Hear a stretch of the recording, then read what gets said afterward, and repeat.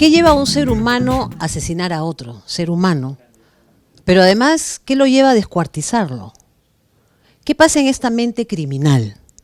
Psicología de un criminal. ¿Qué piensa un delincuente? Es el tema que vamos a desarrollar hoy en Saludablemente. Como siempre, este espacio semanal que se produce gracias a la Agencia de Noticias Andina y se transmite también gracias a ella y a nuestros aliados estratégicos. Quien nos va a responder esta pregunta es el médico forense, el psicólogo forense, jefe del Departamento de Psicología Forense, el doctor Percy Mendizábal. Él nos va a contestar esta pregunta. Parece que difícil, no lo sé, doctor, pero dígame, ¿se nace criminal o se hace criminal? En los recientes estudios que se están ya publicando, señala 50-50. 50% viene con una carga genética, o sea, nacemos con esa estructura, predispuesto a hacer daño. Así es. Y el 50% es de orden social. Ajá. Y en esta de orden social, que es una parte importante, ¿qué cosa determina que un ser humano que aparentemente nace para hacer el bien en el camino deja de hacerlo? Ya, a ver, hablemos de maldad. Mire, si ya vamos a hablar de criminales, dividamos en dos partes, los neurópatas y los psicópatas. Hablemos primero de los neurópatas. Un neurópata o una persona que no controla sus impulsos, que es nervioso, que es muy emotivo, no maneja bien sus relaciones interpersonales, podría, en un caso determinado, desembocar en una conducta criminal, de asesinato. En otro caso, que estamos hablando ya de los otros tipos de criminales, son los psicópatas, que ya llevan un ingrediente adicional, ¿no? ¿Cuál es? Primero, no pueden posponer sus caprichos, sus apetitos, sus proclividades, no pueden posponer su goce, en otras palabras, su falta de freno. Para hacer el mal. No, en general. Ya. En general. Okay. Una ¿sí? característica general. Así es. No pueden contener sus impulsos. Claro. No pueden contener sus impulsos. O sus deseos, no, que es lo mismo. Sus deseos. Hablemos de deseos. Por ejemplo, una persona que le gusta, por ejemplo, tener emociones al límite, ¿qué es lo que hace? Una persona normal pospone, pero una persona que tiende a no posponer su impulso, no lo pospone y ejecuta y da rienda suelta a su deseo. Estamos hablando de dos tipos de deseos incluso básicos, ¿eh? Incluso diversión, moda, estamos hablando incluso de deseo sexual. ¿Hay una escala de criminalidad? ¿Se empieza por algo y se termina en algo? Así es, hay estudios que se han señalado como escala de maldad, que van de lo menos a más, que empieza, por ejemplo, el asesino que mata o en todo caso circunstancialmente, por defenderse, ¿no? Y hay otros, y termina la escala de maldad con esos asesinos crueles que tienden a torturar a sus víctimas e incinerarlos después, que ya son ya el grado máximo. Ese es el extremo de la crueldad. Sí, son el extremo de la crueldad. Ahora, hay un perfil, es decir, hay un criminal o criminal, hombre-mujer, ¿no es cierto? El criminal que roba, ¿no? Y que porque roba mata, es una muerte circunstancial. ¿Es el mismo perfil psicológico del que asesina? O sea, el que busca acabar con la vida de otro y en lugar extremo como lo que usted acaba de describir. ¿Es el mismo perfil psicológico? No. A ver, ¿lo podría describir? ¿Cuáles son? Ya. Por ejemplo, en el caso del asesino que mata por robo, ¿no? Por robo o defendiéndose en el robo, él tiene ya un perfil determinado que empieza por transgredir las normas sociales, ¿no? A diferencia de otro que es más cruel, que no se contenta solamente por huir o disparar, sino se contenta con acechar a su víctima y ya comienza a torturarla, descuartizarla. ¿Y esta experiencia es vivida de manera personal o lo comparte con la familia, lo puede compartir con los padres, con los amigos? Depende de la persona. Todas las personas somos distintas, todas las personas tenemos una forma diferente de reaccionar. Todas las personas tienen su grado de impresionabilidad, de espontaneidad y de reactividad. En el caso de estos delincuentes, por ejemplo, son personas que son muy impresionables, tienen una espontaneidad muy especial, no tienen la espontaneidad, por ejemplo, que todos podemos tener normalmente, reacciona de una manera muy especial, inadecuada con respecto a las normas y valores sociales. Y algo muy importante, que marca todo lo que es el comportamiento criminal, o marca el comportamiento de un asesino psicópata, que es la carencia para poder introyectar o aprender normas y valores sociales. En otras palabras, han nacido con esa predisposición, incluso se ha ahumado a un aprendizaje, a un reforzamiento social, son incapaces de amar y considerar a otra persona. O sea, no hacen ningún nivel de empatía con otro, no tienen ningún límite para satisfacer sus deseos y simplemente el otro no existe salvo él mismo o ella misma. Así es un egoísmo feroz. Yo quería recordarle a la gente que se está conectando en estos momentos a la agencia de noticias Andina a través de nuestro Facebook que estamos desarrollando el tema psicología de un criminal y estamos con el psicólogo forense, el doctor Percy Mendizábal.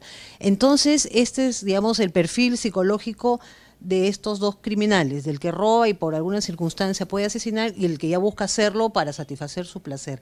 ¿Hay algo que comparten entre ellos dos? ¿Hay algo que se asemeja entre ellos dos? ¿Esta falta de empatía o hay otras cosas más? Sí, hay otras cosas más. Por ejemplo, la proclividad a transgredir las normas y las leyes. Son personas que desde pequeños incluso han debutado en la transgresión.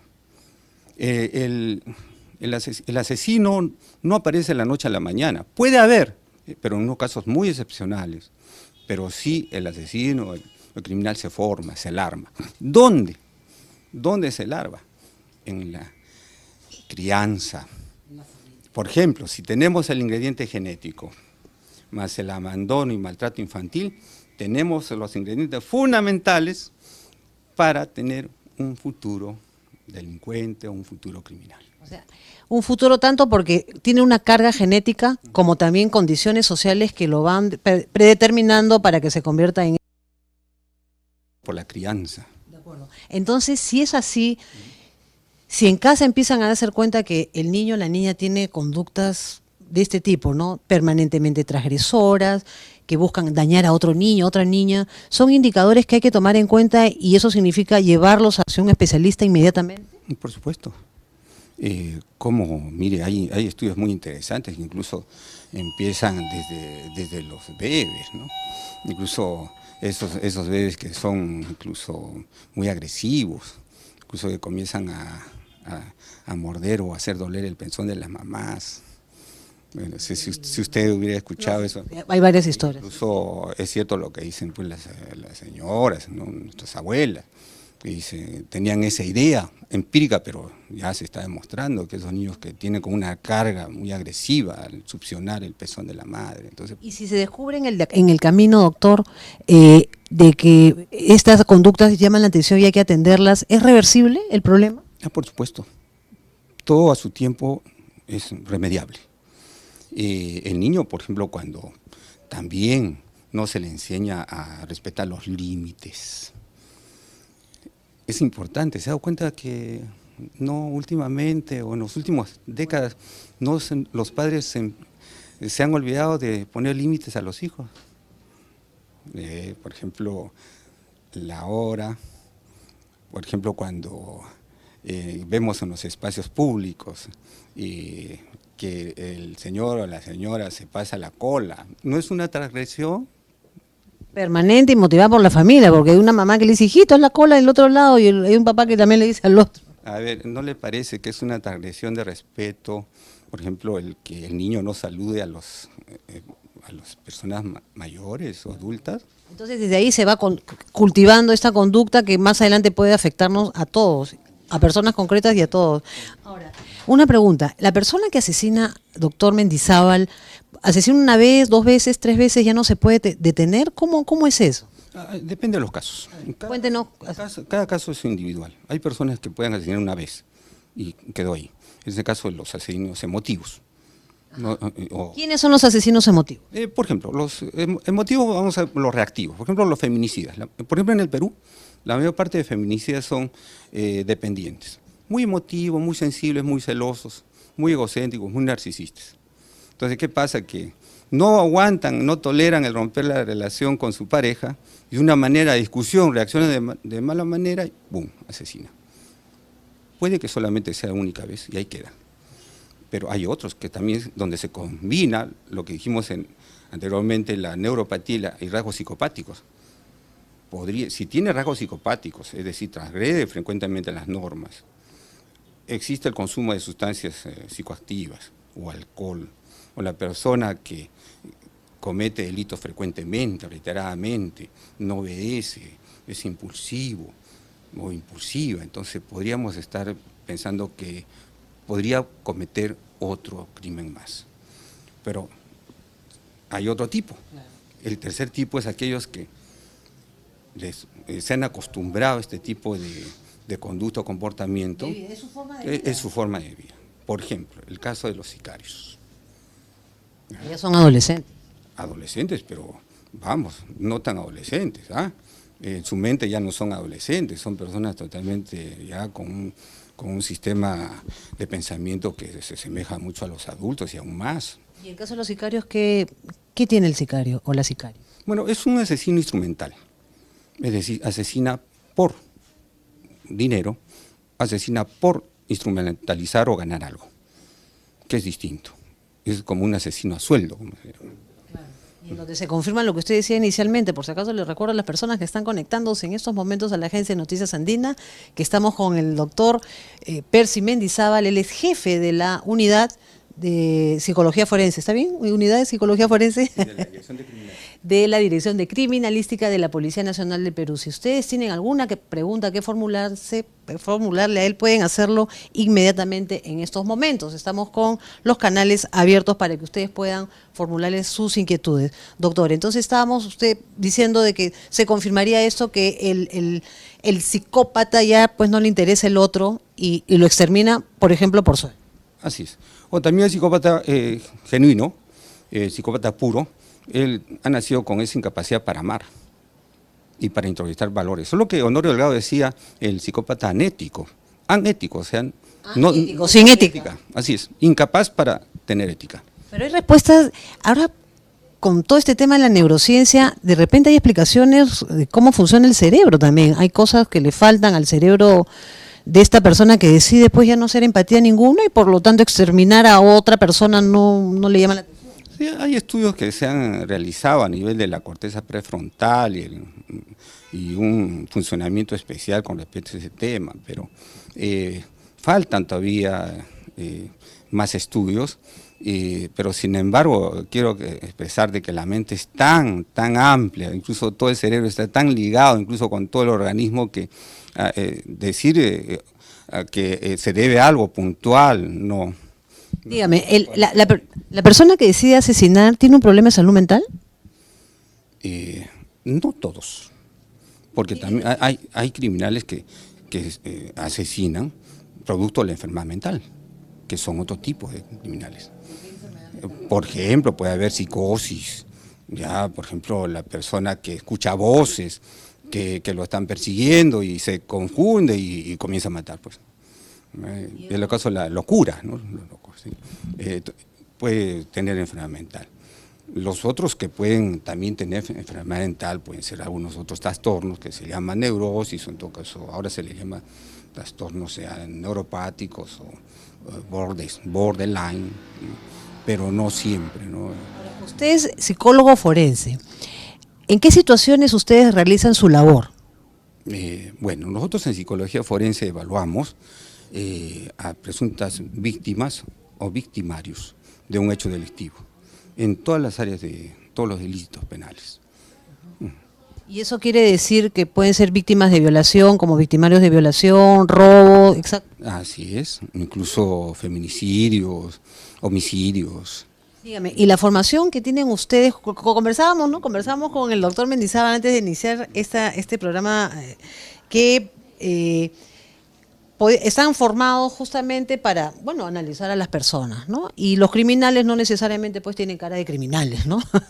No están con la cara cortada, ni están ahí con los pelos parados. Pero ustedes tienen capacidad de leer el lenguaje no verbal. ¿El cuerpo de las personas comunica algo que a ustedes les puede llamar la atención como psicólogo forense? Por supuesto, el lenguaje corporal dice mucho. Y a veces de los gestos, la kinesia que se tiene al ver a la persona nos dice mucho más, incluso más que las palabras. Y por ejemplo, cuando ustedes están realizando una entrevista, ¿qué le ven a la persona, al victimario, al criminal, ¿no? ¿Cuál es su comportamiento que usted ya los encamina más o menos a tener un análisis determinado? Todo lo que es postura corporal, voz. Cuéntenos.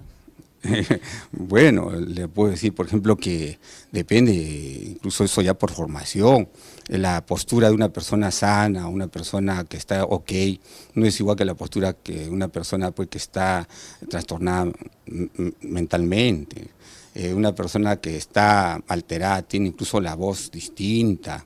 Una persona que está sana tiene otra voz distinta, incluso hasta su rostro dice muchas cosas, su sonrisa es más franca, ¿no? Mientras que la sonrisa a veces por cliché o por formalismo no es igual, entonces todo nos dice. Claro, hay mucha comunicación, ¿no? Y ustedes, en su formación, doctor Mendizábal, ¿este aprendizaje lo ha adquirido a través de los años?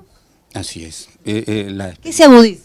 Se ha adquirido a través de los años de la experiencia pericial acá en la Dirección de Criminalística de la Policía Nacional de Perú. ¿Qué se agudiza? ¿Su capacidad de observación? Así es. La capacidad de observación, la capacidad incluso hasta de manejo de procedimiento, todo. ¿Qué quiere decir eso? Quiere decir, por ejemplo, que nosotros hablamos desde que la persona entra desde la puerta, nosotros ya estamos mirando, ya estamos observando, están evaluadas. Ahora, en los últimos años, ¿hay un perfil del criminal que no había hace 10? Sí. ¿Por ejemplo? Por ejemplo, estos últimos años el perfil que se tiene es de que se ha incrementado más la agresividad estos últimos tiempos. Es una agresividad más cruel. ¿Que se manifiesta cómo? Por ejemplo, ya antes no, los casos de descuartizamiento, por ejemplo, ya están viéndose, ¿no? Que son casos que, bueno, Perú antes los tenía muy esporádicamente, pero lo que, bueno, últimamente pues se ha visto que eso ha impactado, como que ha movilizado, ha sensibilizado a la población de un hecho que ya lo teníamos olvidado, ¿no? Pero sin embargo que cobra mayor relevancia. Y así como hay más agresividad en los últimos 10 años para cometer un crimen de asesinato, o sea, ¿hay más tortura? Así es. Los seres humanos nos estamos volviendo más crueles. Y más crueles por lo mismo de que se insensibiliza a la persona al ver tanta crueldad. De tal manera que la persona está tan habituada a ver tanta crueldad, tanto sadismo que ya no le importa nada. O sea que le llama la atención. Ajá, o sea que sería... Entonces, y eso es grave. Eso es grave para la salud de la población, a la salud psicológica. Por lo tanto, a veces no sería recomendable hacer muy público este tipo de problemas, de casos, de asesinatos y descuartizamientos, por ende. Yo creo que no es recomendable. Sí. ¿Por qué? Porque este tipo de hechos son vistos por jóvenes, son vistos por niños y pueden ser un referente para futuros comportamientos. Y si eso que ven se implanta en una persona que no está bien formada, no está bien estable emocionalmente, podría estar repercutiendo en su conducta posterior. Le pongo un caso. En las redes sociales, cuando ven un hecho sangriento, la persona lo ve, lo pasa, pero tarde o temprano, el psiquismo es así, es como una memoria que se va guardando y tarde o temprano de alguna manera se va a manifestar. En algún momento de la vida se va a manifestar. Detona, se activa. Se activa. No tanto como una conducta agresiva tal cual como vio, pero se puede desencadenar de otra forma. En su experiencia, ¿cómo se está manifestando esta otra forma en los últimos años? Bueno, las personas están un poco más sensibles, ya, frente a las situaciones que ven cotidianamente. Vemos que las personas son más reactivas. Algo así como más fosforitos, más impulsivos. Entonces dicen, ¿por qué? ¿Qué ha pasado? Si en mi casa todo es normal, ¿no? Pero vamos a ver la historia de cada uno. Entre los padres, ¿no? Que vio también en los medios masivos de comunicación. Y dígame, y así como usted está detectando que en estos últimos 10 años hay cambios, ¿no? En este perfil psicológico de la persona que asesina, ¿hay más mujeres? ¿Están apareciendo más mujeres? Porque siempre aparece como que los hombres son los perpetradores, ¿no? Los que asesinan, los que descuartizan, los crueles. ¿Están apareciendo casos de mujeres criminales en nuestro país? Sí, ha habido casos. Sin embargo, la frecuencia de mujeres criminales no es alta, pero sí hay. Y aún más, si hablamos, por ejemplo, de conducta femenina, vemos también que últimamente el empoderamiento que se ha hecho a las damas, que está muy bien, me parece muy bien que se las empodere, pero ese empoderamiento parece que ha sido de golpe, ha sido muy rápido, de tal manera de que la mujer que sale en la mañana y regresa a su trabajo ya retorna con una forma distinta, y se encuentra frente a un varón que es machista y ve que la mujer le contesta, la mujer ya le puede responder porque está en igual de condiciones, y ahí empieza el conflicto. Y claro, puede generarse un final trágico, digamos, por esa razón. Ahora, una pregunta, usted inicialmente comentó de que se nace y se hace criminal 50%, ¿no? Y existe en este 50-50 en el caso del que se hace. Usted lo dividió entre neurópatas y psicópatas. ¿El neurópata se arrepiente, el que asesina, se arrepiente y puede recuperarse e integrarse nuevamente a la sociedad o no? Sí, sí se puede recuperar, siempre y cuando sea el neurópata puro, ¿eh? Pero si tiene algunos rasgos psicopáticos, con frecuencia de transgredir las normas o no satisfacer sus apetitos, necesidades y apetencias, bueno, ya estamos hablando de otra cosa. ¿Y el psicópata entonces es irrecuperable? Es irrecuperable, porque ya su estructura está formada. ¿Y cuánto influye en la cultura? Y le hacía esta pregunta que está dentro del rango del 50%, ¿no es cierto?, del que se hace criminal, ¿no? ¿Cuánto influye en la cultura? Yo le preguntaba esto porque me acuerdo que en el 99 fui a Huánuco y había algunas zonas rurales de ahí de Huánuco muchos problemas de asesinatos, ¿no? Pero por tipo de tierra, por a quién le pertenece la tierra en la que estamos, por el ganado, etcétera. Y era un gran problema en Huánuco, ¿no? El Poder Judicial estaba con muchos casos de esta envergadura. ¿Cuánto influye en la cultura? Influye muchísimo. Por ejemplo, hay culturas que son más agresivas que otras y cuyas formas de agresión o expresión de la agresividad o la violencia son casi comunes y normales, mientras que en otras culturas no. Depende de las colectividades, depende de los pueblos, depende de los países. ¿Cuánto afecta a un criminal la vida, cuánto puede alterar el crecimiento de la criminalidad, la vida de una sociedad? Repercute tanto en la salud emocional de las personas. ¿Por qué? Porque repercute a nivel de 3 esferas. Repercute en la salud de las personas, en su capacidad para amar, porque a la persona ya la decepciona, es un daño, vamos a llamar, moral, un daño psicológico. Las personas cuando ven este tipo de eventos tan violentos, ya no sigue siendo la misma, ya no va a considerar al prójimo como un ser bueno, sino ya va a estar a la defensiva. Entonces ya daña mucho a nivel emocional. Daña mucho también la capacidad, incluso la espontaneidad vamos a llamar, para jugar, para ser feliz, porque ya vio una escena de esas, ya vio ese ejemplo, ese mal ejemplo. Daña porque incluso hasta daña la capacidad para trabajar. Incluso esas son repercusiones hasta económicas que se pueden ver en producto de estos hechos violentos. Y eso es clarísimo, ¿no? Ahora, ¿la criminalidad se aparece más frecuentemente en zonas urbanas que rurales? Bueno, en zonas urbanas y sobre todo con bastante conglomerado de personas. De acuerdo. Y ustedes que están en la acción, ¿no es cierto?, que están en el día a día viendo casos dramáticos, ¿en dónde se concentran más los problemas de asesinato en nuestro país? ¿En qué ciudades? Y en Lima Metropolitana en concreto, ¿en qué distrito? Mire, nosotros hemos, según la data, todo varía. Generalmente a nivel nacional Lima, que tiene mayor cantidad por la densidad poblacional que tiene. ¿Ya? Después están otros departamentos del norte, algunos del sur, pero siempre Lima, en Lima se concentra en zona así urbana. Zona urbana. ¿Y en Lima Metropolitana en qué distrito? No le puedo decir el dato preciso, sí. De acuerdo, entonces sí. ¿Y por qué razón se expresa más en las zonas urbanas, en las ciudades? ¿Por qué? Había un estudio muy interesante del doctor Marco Aurelio de Neri, que planteaba de que el grupo normal de los seres humanos debería ser solamente 70 personas para vivir en paz y feliz, con armonía, 70 personas, o un grupo de 70 personas. Pero imagínese, en Lima, ¿cuántos somos? ¿8 millones? ¿10 millones? 10 millones. Entonces, incluso aún más. Y le doy la razón al doctor Marco Aurelio de Neri, ¿por qué? Porque había otro estudio que habla sobre el hacinamiento. Se hizo un experimento en el cual se puso unos ratoncitos en un espacio grande y se vio poca agresividad.